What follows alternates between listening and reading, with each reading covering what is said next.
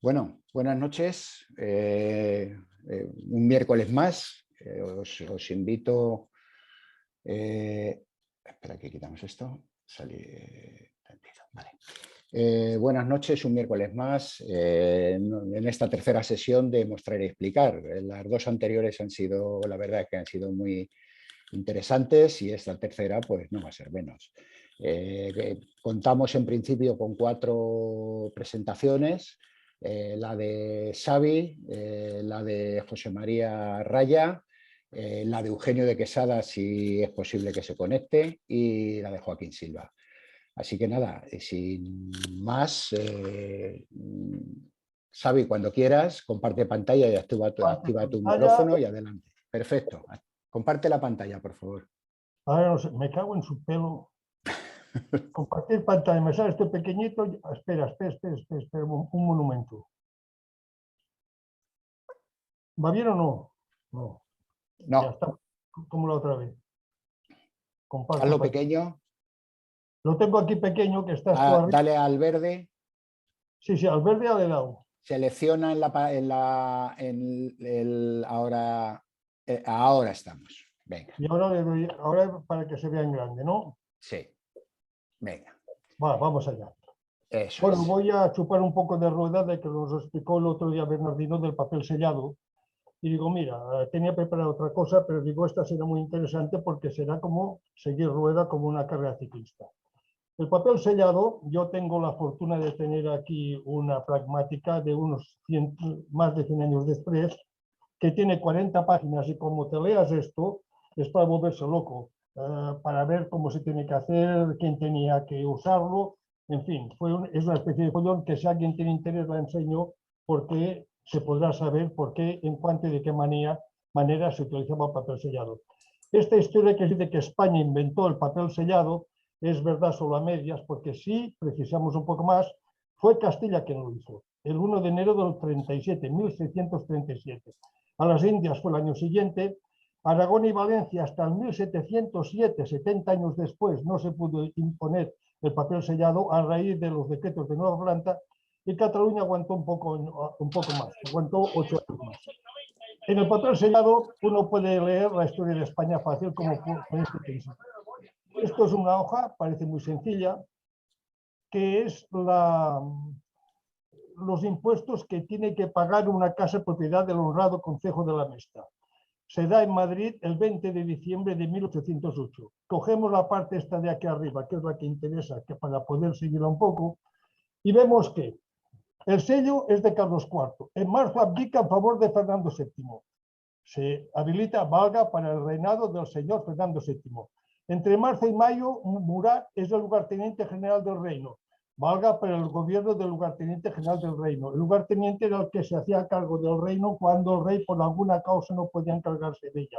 En este caso era porque estaba adulando a Napoleón. Luego veía esto otro que pongo, valga para el reinado del señor don Fernando VII. Otra vez, y esto no lo ligaba, hasta que me enteré que en agosto el Consejo de Castilla invalida las abdicaciones de Bayona y vuelve a proclamar rey a Fernando VII. O sea, primero el padre, luego el hijo, luego el lugarteniente y luego otra vez el hijo. Pero no se acaba aquí. Aquí abajo del todo vemos valga para el reinado del señor don José I. O sea, que en esta, que el rey de José I fue rey de España del 6 de julio de 1808 al 20 de julio de 1813. O sea, que en esta hoja, en este cachito de hoja, tienes 3 reyes y un lugarteniente. Esto solamente se puede dar en este caso y es una pieza que vale la pena tenerla en cuenta porque se demuestra una vez más que en la filatelia fiscal está la historia de un país. El rey José I, lo quería poner como una poquita de cosita más. Aquí tenemos uno del 1809 que ya estaba impreso para Fernando VII, pero como Fernando VII ya no era rey, se habilitó para José I, año 1810, que se aprovechó para el año siguiente, lo que decíamos antes, que se aprovechaba el papel sellado. Y luego pongo estos 3 del rey José I, que yo le tengo un poco de simpatía porque fue un rey muy maltratado y yo soy convencido que mejor no se hubiera ido con esta dinastía. Eso de que Pepe Botella pues quedó muy bien para poderlo hablar mal de él, pero era abstemio, o sea, con todo esto nos hacemos una idea. Y yo llamo la atención, hice un estudio sobre el escudo de España, el sello fiscal, que a lo mejor lo conocéis, pero si no es igual. Aquí veis que los Borbones tenían solamente Castilla León y el Reino de Granada en el escudo. En cambio, tienes que José I tuvo la cosa de querer ser un poco más generoso. Y teníamos Castilla, León, las Barras de Aragón, el Reino de Navarra, el Reino de Granada y las Indias. Dentro en el escudo no había la águila imperial. O sea, es más sello de España el de José I que el de los Borbones. Y ahora pasamos, que aquí no se cambia la historia del papel sellado. Aquí estos dos señores, si una cosa tuvo la mal llamada Guerra de la Independencia, fue que se crearon mitos. Alcalde de Móstoles, Agustina de Aragón, que precisamente era catalana, se llama Agustina, Zaragoza y Domènech. Y aquí tenemos dos. Uno es el timbaler del Bruc, que se llamaba Isidre Llussà, y este es el Palleté, que si hay algún valenciano sabrá lo que es, pero los demás no sabrán lo que es. ¿Qué relación tienen estos dos señores con el papel sellado? Lo primero que hacían cuando alguien gobernaba era mandar el papel sellado a los puestos de papel sellado en todos los pueblos o ciudades grandes, porque era la manera de coger pasta. Cuando llegó el cargo de papel sellado a Manresa, esto es un cuadro de Manresa, que se guarda en el Museo Municipal de Manresa, evidentemente no da para más, porque es un cuadro muy poca cosa, que cuando llegó el carro quemaron el papel sellado.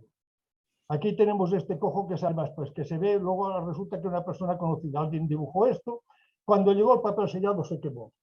Cuando, aquí hay también un cromo, la quema del papel sellado en Manresa, y aquí otro grabado de papel sellado en Manresa, que aquí ya sale el timbalero del Bruc.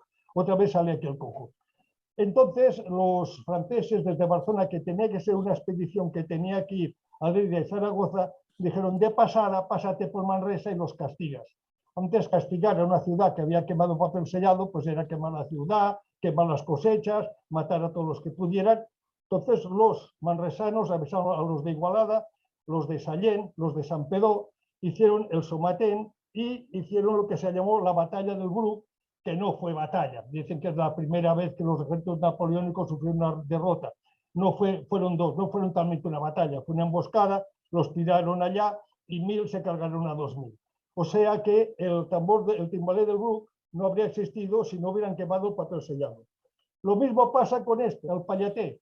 Que el Palleté, si lo traducimos al castellano, es el pajillero. Era un señor que se dedicaba a vender pajas para quemar, como cerillas, como si dijéramos. Allí en Valencia se reúne al lado de la lonja, en la plaza de las Panzas, a esperar siempre noticias de Madrid. Y llegó las noticias de los hechos del 2 de mayo, que llegó pues el 20 y tantos de mayo. Pues noticias llegaban, lo leía, el que sabía se enteraban.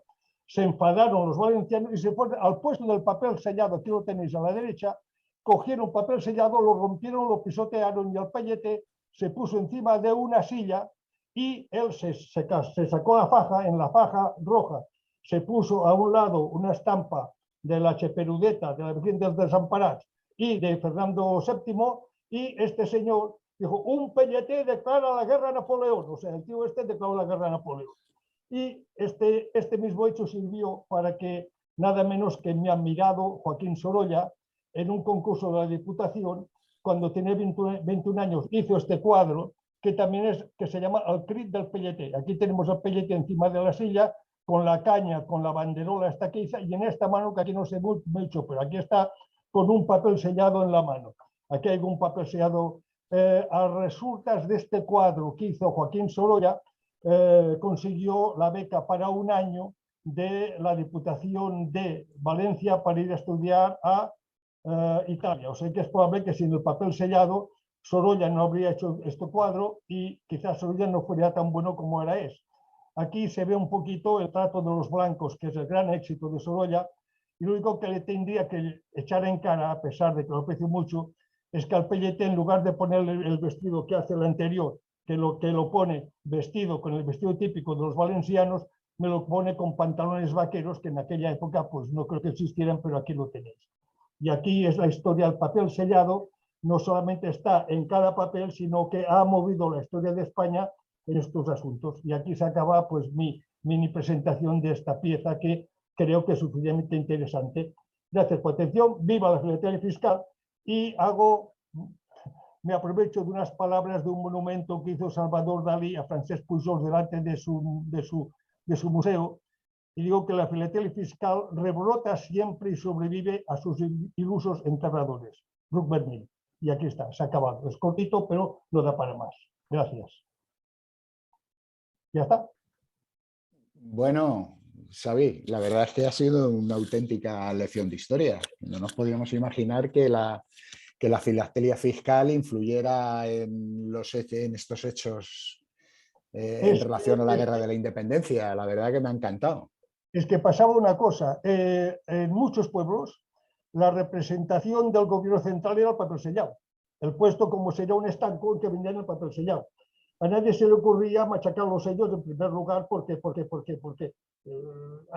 hacían un servicio. Los sellos, quieres que no, los ponías en una carta y la carta, aparte que en 1808 no había sellos, pero si hubiera habido sellos, nadie se le ha ocurrido quemar los sellos en contra de un rey o de un sistema. El papel sellado sí, porque era la demostración de la fuerza del que tenía el mando. O sea, cuando rompían el papel sellado, quemaban el papel sellado, era como escupir al que los mandaba, que encima los machacaba con los impuestos. Y Eh, luego el documento ese que has presentado con 4 esto, cabeceras, esto, esto es una pieza enseñado por que no 4 hay veces. demasiadas. Sí. Mira, ya se ha ido. Que no, no puede haber, bueno, es igual, no puede haber demasiadas. Bueno, Creo que sí que es interesante. pues nada, muchísimas gracias. Luego, si queréis al final, o si os apetece ahora, le hacéis alguna pregunta, o si no, pues al final se admiten intervenciones. Bueno, José María, te toca. Hola, buenas tardes a todos. Bueno, en primer lugar, quiero agradecer la invitación a poder participar aquí. Es mi primera vez que participo en esta interesante iniciativa del Ágora y de Finet, que tenemos que agradecer a los que la hayan pues tenido la idea, ¿no? A Julián y a todos los que tengan que ver con ellos. Y bueno, la sesión de hoy es demostrar y explicar, ¿no? Yo no sabía muy bien, he visto las 2 sesiones anteriores, no sabía muy bien qué podía mostrar y explicar. Tal vez todos tenemos alguna pieza espectacular, ¿no? Que nos gusta enseñar, ¿no? A veces por mera vanidad, ¿no? De decir, mira qué cosa más bonita, ¿no? Y tal, pero yo he preferido hacer otra cosa que no es muy larga en su extensión, pero que es como práctica y un poquito didáctica, ¿no? Si me permiten la expresión, ¿no? Yo no vengo aquí a enseñar a nadie, que ustedes saben mucho más que yo de todo esto.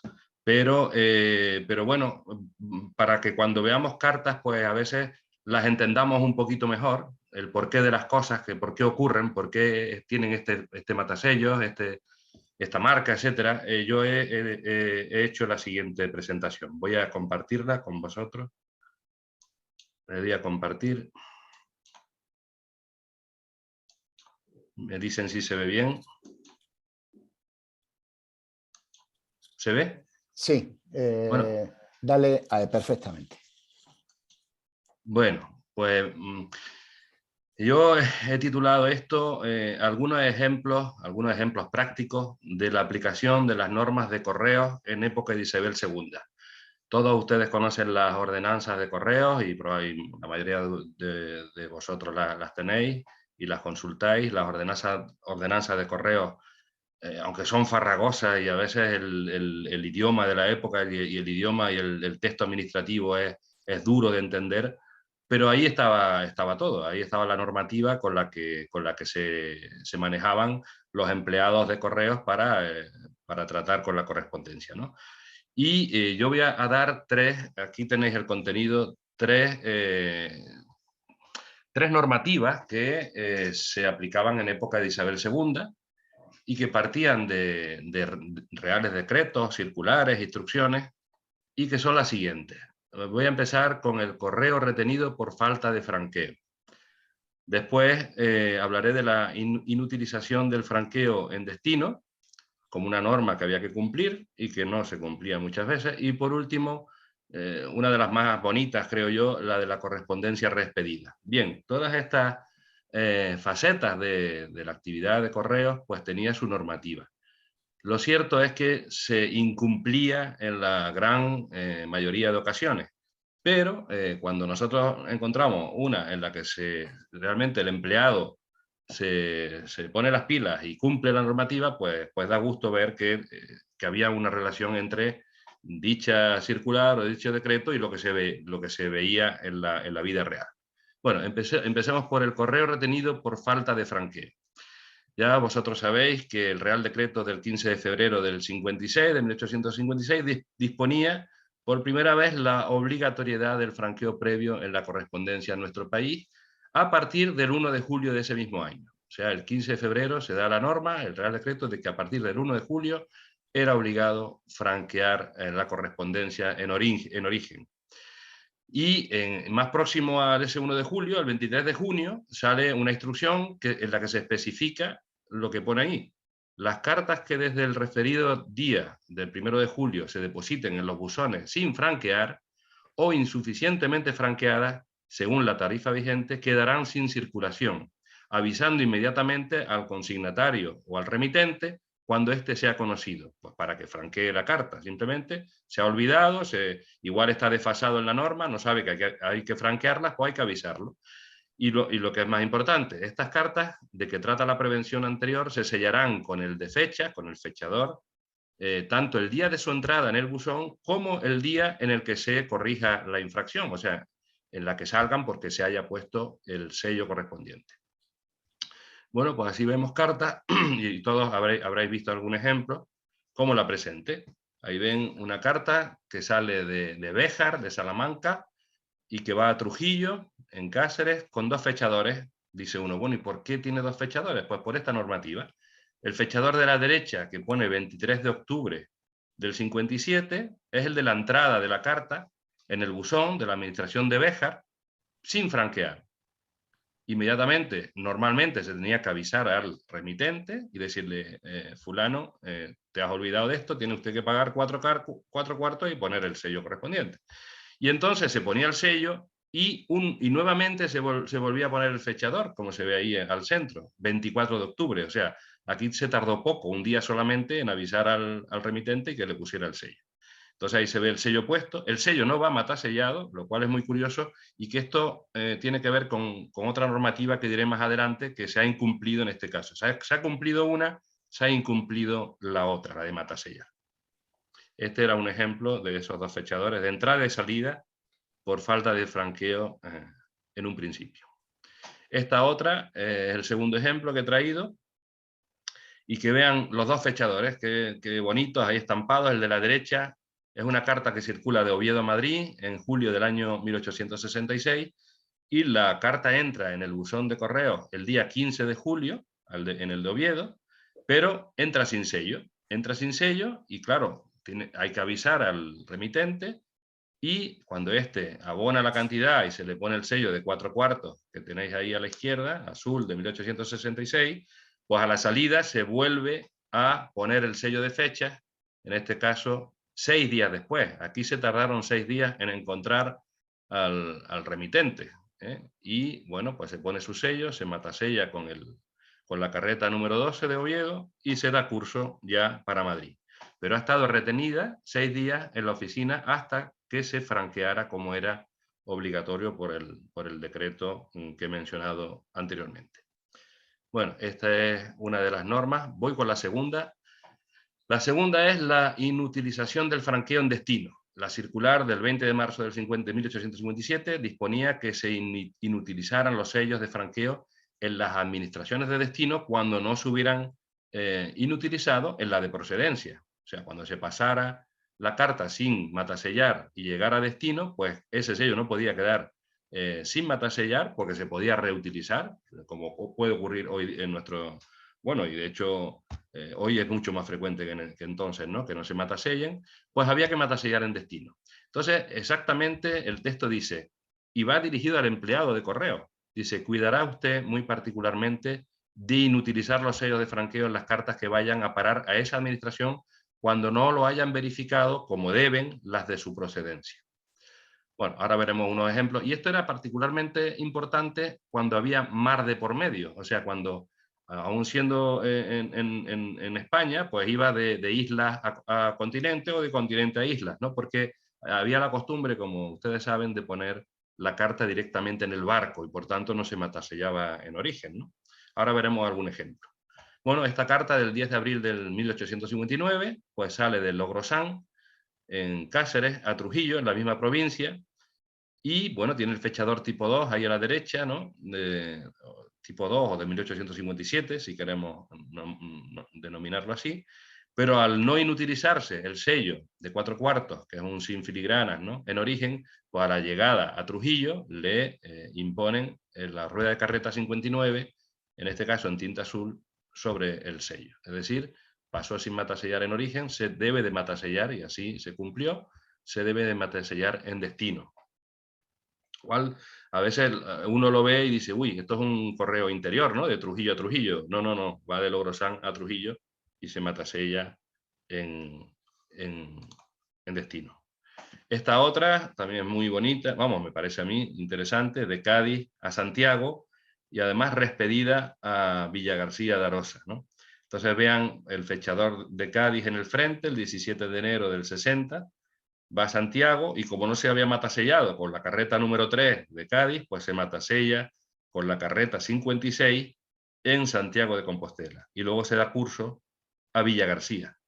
Y al dorso pueden ver el fechador de Santiago en tránsito, ¿no?, porque en realidad se respide luego a Villagarcía, y por tanto un fechador de donde dependía Villagarcía, que era Caldas de Reis, ¿no?, en Pontevedra. Pues es otro ejemplo. Es curioso, fíjense que se ve claramente, esto es tema aparte, el diámetro de los fechadores, como es diferente. Es más pequeñito el de Santiago, 1,85 centímetros, y 2 centímetros el de Caldas de Reis. Me llamó la atención. Bueno, y decía que cuando el correo era marítimo, pues vean esta carta circulada de Barcelona a Palma de Mallorca. Pues se depositó directamente al barco, y por tanto no se puso ni el fechador de salida ni la rueda de carreta sobre el sello, un 4/4 del 60, el amarillito. Pues, ¿qué pasa? Pues que se deposita en el barco, no se matasella, y se matasella en destino. Y por eso tiene la rueda de carreta 37 puesta en Palma de Mallorca. Si uno lo viera así, sin más, diría, bueno, pues es un correo interior, ¿no?, de Palma a Palma. Pero no, el texto interior es de Barcelona, y de hecho ahí pone Baleares, ¿no? No tiene sentido en un correo interior poner Baleares, ¿no? Pues esto es un ejemplo de correo marítimo, se ponían al barco directamente, y por tanto se matasellaban en destino, ¿no? Y este es el recorrido contrario, una carta circulada de Palma de Mallorca a Barcelona. No tiene el fechador de salida, no tiene la rueda de carreta 37, se deposita en el barco, y al llegar a Barcelona se pone la rueda de carreta número 2 sobre el sello. Es el caso opuesto al anterior, y un poco más tarde, en el año 63, el sello 4/4 marrón, ¿no? Y por último, la tercera normativa que es de las más bonitas, diría yo, cuando está bien hecha, cuando se aplica correctamente la normativa, la correspondencia respedida, ¿no? En la circular del 12 de septiembre de 1857, el administrador principal de la época de correos, don Luis Manresa, publica esta circular, en la que manda que en toda carta mal dirigida se estampe el sello de la administración donde se note la falta, al tiempo de dar aquella el curso y dirección conveniente. Es decir, una carta que sale de una localidad y va a otra y tiene que ser respedida, tiene que tener en el frente de la carta el fechador de la reexpedición, no al dorso, sino en el frente de la carta, ¿no? Y se hace responsable, según esta circular, a los empleados, y esto es el texto sacado parece que bueno, se le daba, como es natural, muchísima importancia a que la carta llegara a su destino, a su destinatario. O sea, era importante custodiar y que llegara finalmente a donde tenía que llegar. Entonces se hacía responsable a los empleados, y se castigará a aquellos que se muestren indolentes u omisos en su ejecución, a fin de evitar los irreparables perjuicios a que la más leve falta en esta parte pudiera dar margen. Pues voy a poner 2 ejemplos y ya con eso concluiré. Un ejemplo es este, vean una carta salida de Autol, que es un pueblo de La Rioja, del que dependía, o sea, Autol depende de Calahorra, de la estafeta principal era la de Calahorra, se pone al correo en Calahorra, y va dirigida a Cascante, en Navarra, ¿no? Entonces, cuando el Cascante a su vez dependía de Tudela, en Navarra, ¿no? Entonces, en Tudela Vean al dorso, aquí arriba, ¿no? Sale el 10 de julio del 60 de Calahorra, llega el 10 de julio del 60 a Tudela, ¿no? Y según la normativa, al respedirse, y hay que respedirla a Baños de Grábalos, que es un pueblito, también da marcha atrás, ¿no? Porque se va de nuevo a La Rioja la carta, pues hay que poner en el frente el fechador de la reexpedición. En este caso, 2 días después, llega el día 10 de julio, y el 12 de julio sale de nuevo de Tudela en dirección a Baños de Grábalo. O sea, esta carta cumple la normativa, pero estaréis conmigo que vemos muchas cartas respedidas y que no tienen el fechador de respedición en el frente. Pero la normativa era esta, había que poner el fechador. Y la siguiente, que me parece muy bonita, es muy estética, ¿no? Vean una carta que es de doble porte, ¿no? De 2 sellos de 4 cuartos amarillos, que sale de Gijón y va dirigida a Madrid, lo vean aquí tachado Madrid, ¿no? Entonces, al llegar a Madrid se dan cuenta que el destinatario no está en Madrid, que está en Miengo. Vean que estamos en agosto del 61, probablemente esté pasando las vacaciones en Cantabria, en Miengo, porque ahora verán que el destinatario es interesante también. Pues al llegar a Madrid le ponen al dorso llegada, 30 de agosto, y ese mismo día, y lo ponen en el frente, Madrid, respedición a Miengo, en Cantabria, por Torrelavega. Esta es la principal, más importante, que está cerca de Miengo, es Torrelavega, aunque Miengo está cerca de Swansea, de Santillana del Mar, etcétera, ¿no? Pero la más importante es la de Torrelavega. Y este es un ejemplo muy bonito, yo creo, de respedición. Bueno, ya para acabar, el destinatario, el señor don José Posada Herrera, ministro de Gobernación. Pues, también los destinatarios ilustres es un tema interesante, y ya con esto acabo. Pues José Posada Herrera, 1814 y 1885, fue un jurista asturiano y político español, tuvo numerosísimos cargos políticos, desde ministro de la Gobernación, del 58 ahí he puesto 1900, perdón, de 1858 a 1865, presidente del Congreso de los Diputados, presidente del Consejo de Ministros, senador, presidente del Consejo Real, un montón de cargos tuvo este hombre, fue muy valioso, y sobre todo también como jurista, es considerado el padre del derecho público en nuestro país. Bueno, pues eso es lo que quería contaros, esos ejemplos de la aplicación de la normativa, la aplicación correcta de la normativa, que por desgracia no era lo más frecuente. Eso es todo. Bueno, José María, te felicito. La verdad es que nos has presentado unas piezas preciosas e interesantísimas y muy poco vistas. La verdad es que hay muy poquitas piezas de las características que nos has presentado. Bueno, si os parece, luego pasamos al turno de preguntas y pues Joaquín, cuando quieras.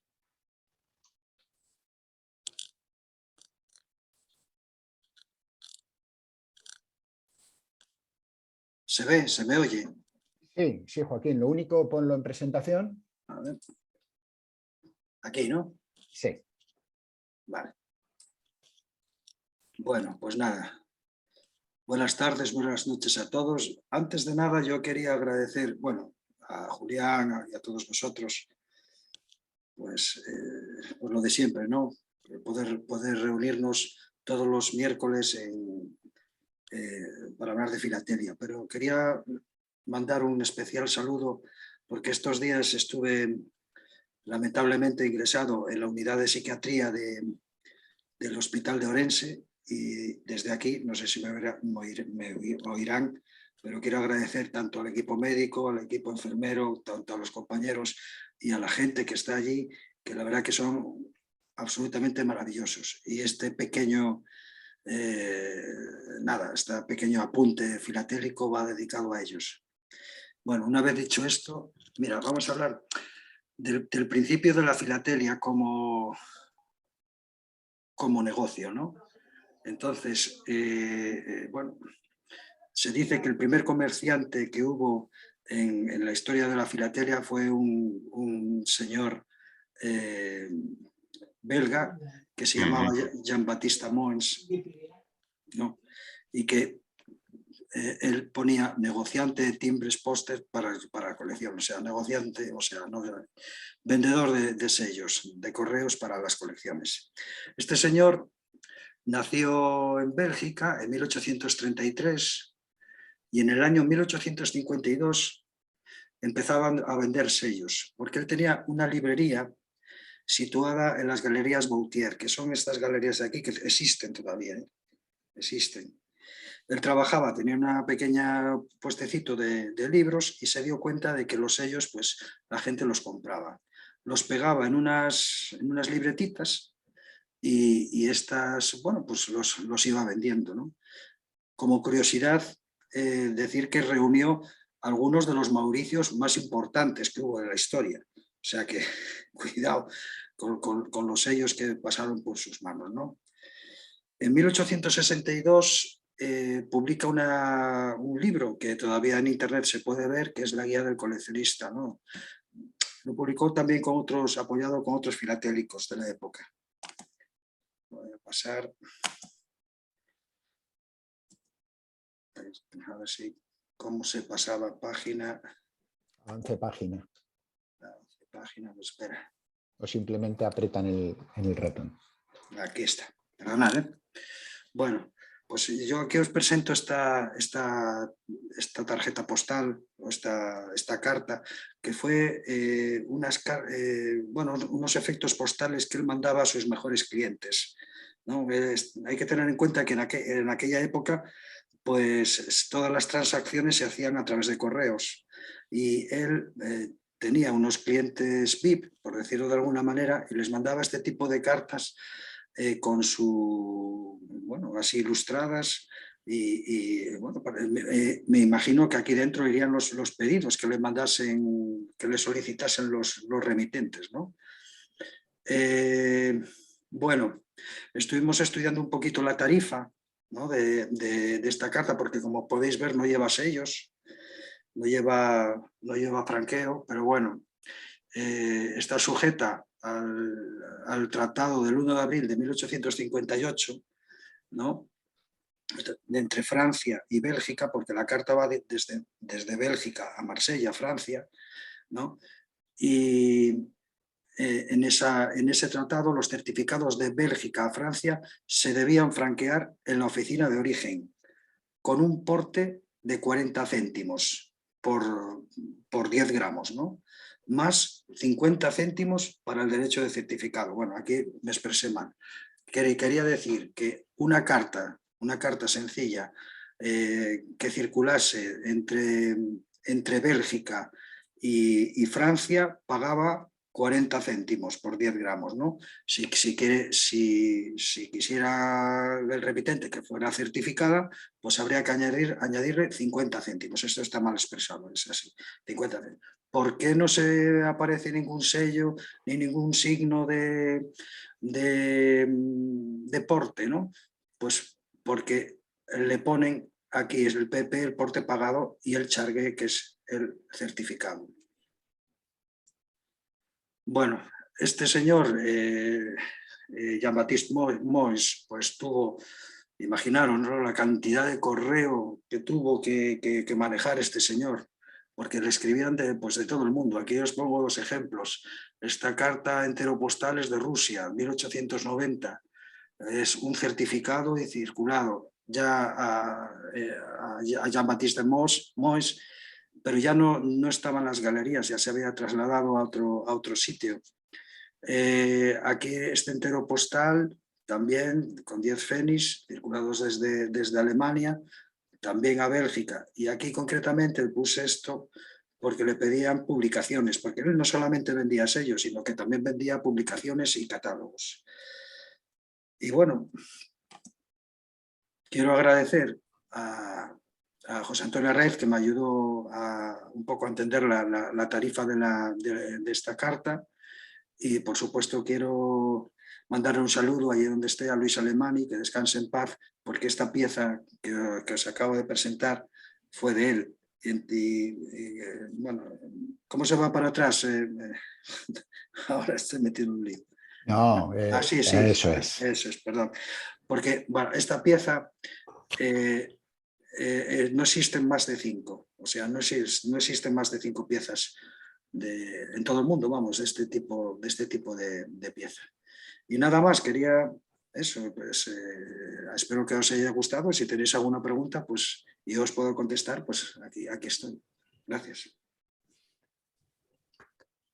Bueno, Joaquín, muchísimas gracias y lo primero, desearte que te restablezcas fenomenalmente y cuanto antes mejor y que te encuentres bien. Y bueno, pues felicitaros a los tres y queda abierto el turno, el que quiera hablar que pregunte y nada, adelante.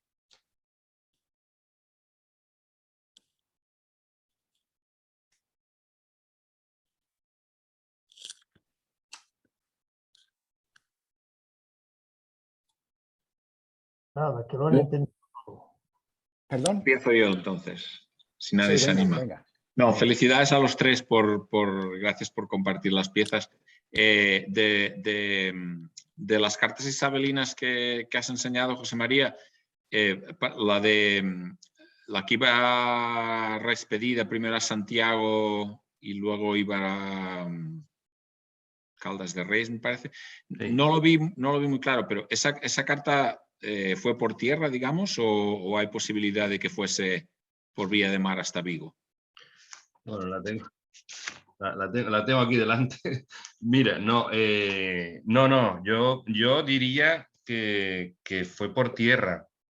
A ver, va de Cádiz a Santiago y se respira a Villagarcía de Arosa. Sí. Yo diría que por tierra. A ver, normalmente suelen llevar la indicación manuscrita, ¿no? De vapor, o Sí, si sí, no sí. el nombre del vapor, pues por lo menos por vapor, ¿no? Y la verdad es que no, pone Galicia simplemente y no... Porque claro, tú decías que igual que las otras se podía haber puesto al barco, ¿no? Y Exacto. ponerla en... es cierto que pudo Al no haber llevar sido, la pero rueda no. de carreta de Cádiz, ¿no? Sí, Porque claro. la rueda de carreta es la de Santiago, ¿no? Es la de Santiago, claro. Igual a lo mejor si fuera un puerto, a Coruña o Vigo y tal, pues... Pero al ir al interior, pues no sé yo si lo del barco en este Yo he visto caso... alguna carta, no sé exactamente si de ese año, pero me parece que era de esa emisión, que también iba de Cádiz a Galicia y llegaba, tenía fechador de entrada en Vigo. Ajá. Y luego no me acuerdo a dónde iba a Claro, algún pero sitio de Galicia. aquí Pero no hay iba por mar. Sí, aquí no hay... Hay dos cosas, ¿no? Que no hay fechadores costeros, por así decirlo, Sí, de entrada ni por Coruña o por Vigo o por Pontevedra, nada de esto. Pero tampoco pone la indicación que se solía poner del barco, ¿no? O sea, de por vapor o por vía de mar o por paquete, ¿no? Sí, por el término inglés, ¿no? Sí. Pero cabe la duda, pero es una posibilidad. Yo no digo que no, ¿eh? Y luego lo que has dicho de los franqueos reclamados, yo he visto alguno de los raros, esos que llevan un sello que luego ya está, digamos, desmonetizado, entonces les pedían un sello de la emisión corriente que estuviese en valor. Exacto. Sí. Y sí que, quiero decir, yo tengo un par de ellas y ninguna lleva los dos fechadores con las distintas fechas, llevan solo un fechador y ya está. Y bueno, pues está bien que lo hayas comentado porque yo la verdad desconocía totalmente eso. Pensaba simplemente reclamar el sello y ya está. Sí. Es que la normativa existía. Lo que pasa es que yo creo que los empleados eran un poquito laxos, ¿no? En cumplir esto, ¿no? Y a lo mejor no iba franqueado, lo reclamaban, pero no se acordaban de poner de nuevo el fechador o ponían el de salida directa cuando ya se había franqueado o el de entrada en el buzón, ¿no? Pero poner los dos realmente no es frecuente. Hombre, se ve en cartas, se ve en piezas, pero eso era que era escrupuloso el empleado en cumplir lo que tenía que hacer, ¿no? Pues nada, muchas gracias. Cartas que aquello a simple vista dices, va, otra carta más del montón, ¿no? Pero que cuando te paras a ver por qué tiene esto y por qué tiene lo otro, dices, wow, esto realmente es una pieza especial, ¿no? Son muy bonitas. Sí, no son especialmente caras, no son piezas espectaculares en el sentido, simplemente ilustran, ¿no? Una forma de trabajar, ¿no? Del empleado, ¿no? De la época. Buenas noches, quisiera saludarlos. Bueno, estoy acá en Perú, soy Martín Galvez y les agradezco las 3 ponencias, son realmente enriquecedoras, se aprende mucho y los felicito de aquí, de otra parte del globo terráqueo. Un fuerte abrazo de Perú. Muchas gracias. Gracias, una Martín. curiosidad, José María. Cuando hablas del correo ese retenido y le ponen los 2 fechadores, ¿hay alguna instrucción de en qué orden se deben de poner? ¿En qué situación, digamos, dentro de...? O... Te oigo un poco bajo, Manuel. A ver. Digo que cuando en el correo retenido, cuando aparecen los 2 fechadores, si hay alguna instrucción de si poner el de entrada en la derecha y el que es de salida en la izquierda o... No, yo no, en la normativa no lo pone. Lo cierto es que en las 2 cartas que he puesto, es verdad que el de entrada en el buzón está a la derecha y el de salida está a la izquierda. Está más próximo al sello el de salida, pero la verdad es que desconozco si realmente esto tenía que ser así. La verdad, no lo sé. La casualidad es que en este caso coincide que el de entrada está a la derecha y el de salida más próximo al sello y a la izquierda, ¿no? Creo recordar que había alguna normativa respecto a que el fechador se tenía que colocar en la zona más limpia, para decirlo así, del frontal. De manera que se buscara siempre que no quedara manchado o tapado o mezclado con lo que estuviera escrito en el sobre, para que la fecha se viera con claridad. Pero en cuanto a izquierda y derecha, yo no conozco ninguna cosa. Aprovecho para felicitar a los tres ponentes porque la verdad, ha sido un baño de filatelia fantástico. Y yo he disfrutado con las 3 porque son 3 ámbitos absolutamente diferentes y yo creo que habéis hecho unas aportaciones realmente muy interesantes. Xavier, en su estilo ya conocido, lo que lo conocemos desde hace años, ese estilo divertido pero profundo, ha sabido ligar perfectamente lo que parece un simple papel antiguo con un montón de información y sobre todo con un conocimiento muy exhaustivo de la historia. Yo creo que después de oír a Xavier, uno mira los papeles timbrados, los papeles sellados, de una manera diferente. Como mínimo, los mira con cierto cariño, cuando antes probablemente, ya digo, pasabas por encima a la vista y no te decían nada. Y por tanto, muy, muy interesante. Y de José María, yo quería resaltar, es una batalla que sé que tengo perdida, pero quería resaltar precisamente la carta que apuntaba Jaume, en la que se ven los 2 fechadores. Tú has hablado precisamente de la diferencia de tamaño de los 2 fechadores, y es porque, sigo insistiendo, uno es fechador 57, el otro es fechador 58. Y no tienen nada que ver el uno con el otro, a pesar de que siempre se han confundido y siempre se han mezclado todo, se han metido en un mismo saco. Cuando ya digo, son 2 fechadores diferentes, al menos es lo que he intentado explicar en el último libro que he publicado. Y el 57 es el más pequeño y el 58 el más grande. 57 se diferencian fundamentalmente por la tipografía. Muy bien. La tipografía, si pudiéramos ver la carta, veríamos fácilmente. Sí, no, incluso en la última carta también, que no lo he comentado, pero en la despedida del ministro, la del ministro, también los fechadores son... ¿me permiten ponerla? Sí, claro que sí. A ver.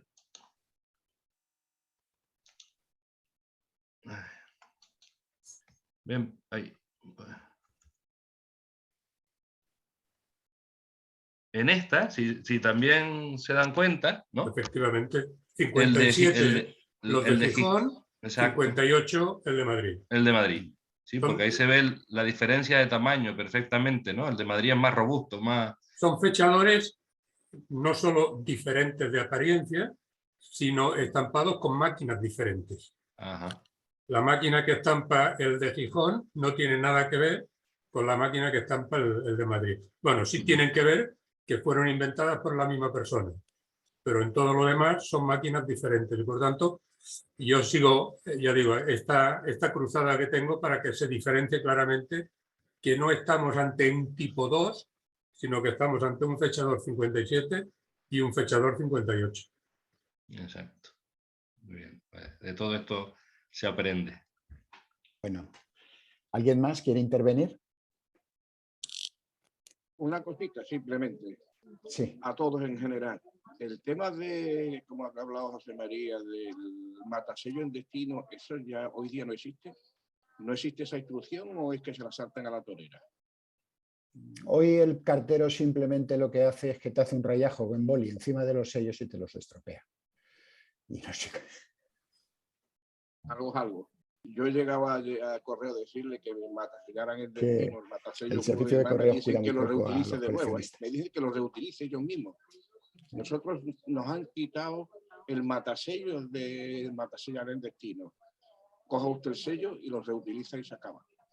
A propósito de los matasellos puestos en destino, en la provincia de Albacete se da una circunstancia muy particular y es que los funcionarios eran muy escrupulosos y por muy poquito que se viera con poco que se viera hubiera alguna dificultad en el matasello en origen, plantaban encima la rueda de carreta 16. Entonces hay muchísimas cartas y muchísimos sellos con el fechador tipo 2 o fechador del 57, fechadores del 58 y luego encima la rueda de carreta de Albacete. La verdad es que es un caso muy particular. Tienes toda la razón, yo tengo un par de ellas, sí. Es casi más raro encontrar la carta original de Albacete que la de Destino Albacete con el sello matasellado con la carreta 16. Con que el fechador de origen fuera un poquito tenue, rápidamente ponían la rueda de carreta 16. Eran muy escrupulosos. O no tan tenue. O no tan tenue. O no tan tenue. Algunos que estos en plan de remache, no, o sea, no porque yo para mí que mira, le gustaba matarse ellos a mi tío. Sí. A lo mejor era republicano y le daban contra la reina, vete a saber. No. Bueno, ¿alguien más quiere intervenir? Hola, no sé si se me oye. Sí, José Luis. Buenas tardes. He llegado tarde y he escuchado solo el final de José María y la charla de Joaquín. Y bueno, me han gustado, lo que he oído me ha gustado mucho. Quería felicitar especialmente a Joaquín y preguntarle si puede repetir el nombre del protagonista de su charla, este belga que no he tomado nota de cómo se llamaba, por favor. Moens. Bien. Se llamaba Jean-Baptiste Moix. Jean-Baptiste Moix. Era este señor que es este señor que se hizo multimillonario vendiendo sellos. Por él pasaron las grandes piezas filatélicas, todas estas piezas que compraban los grandes magnates como Ferrari, todo esto lo tuvo él. O sea que este se puede considerar el primer profesional filatélico. Y empezó vendiendo en una librería, pues pegaba los sellos que le traían en unas hojitas de papel y empezó así. Tuvo en sus manos tuvo los Mauricio, que luego hizo varios estudios, que son uno de los sellos más importantes de la historia.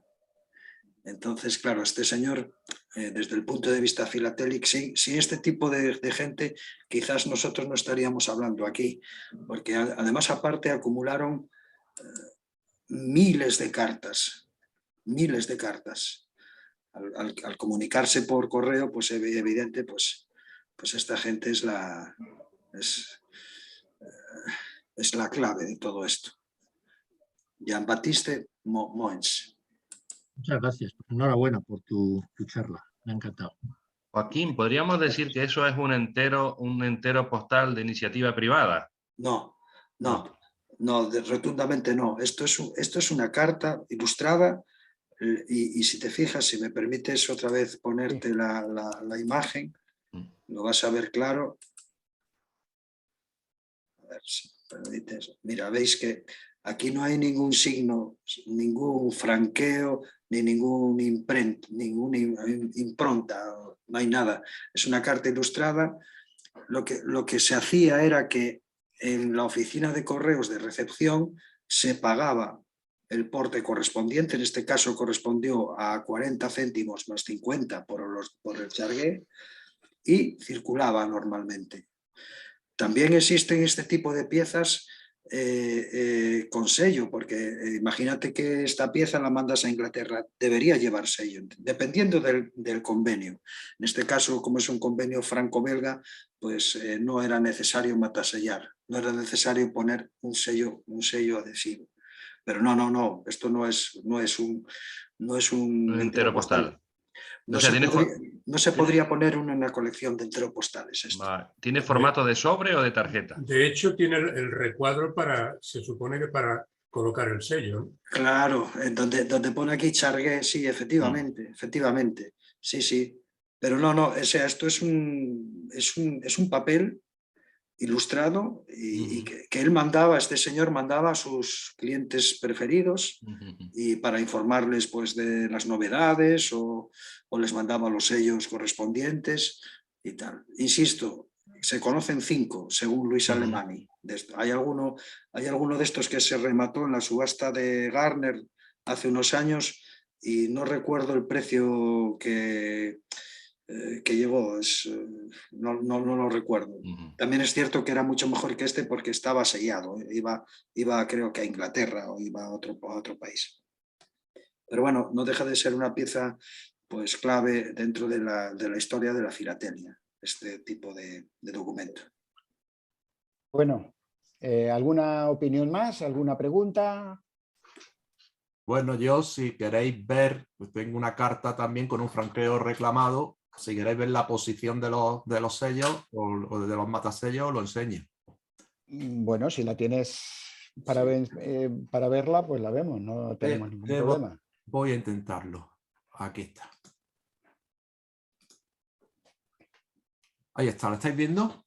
Sí, perfectamente, muy bonita. 7 de junio y 30 de mayo. Efectivamente, si queréis ver la posición, pues bueno, si el reclamado el sello, o sea, está el 7 de junio y matasellada. Va dirigida a Cádiz. Es que le falta una parte importante a la pieza, por la parte inferior. Pero ya está. Pero creo que era coleccionable para mi historia postal de Granada y curiosa. Vale. Muy bonita pieza, muchas gracias. Venga. Emilio. Y un bonito fechador del 57. Efectivamente. Sí. Puntualizando.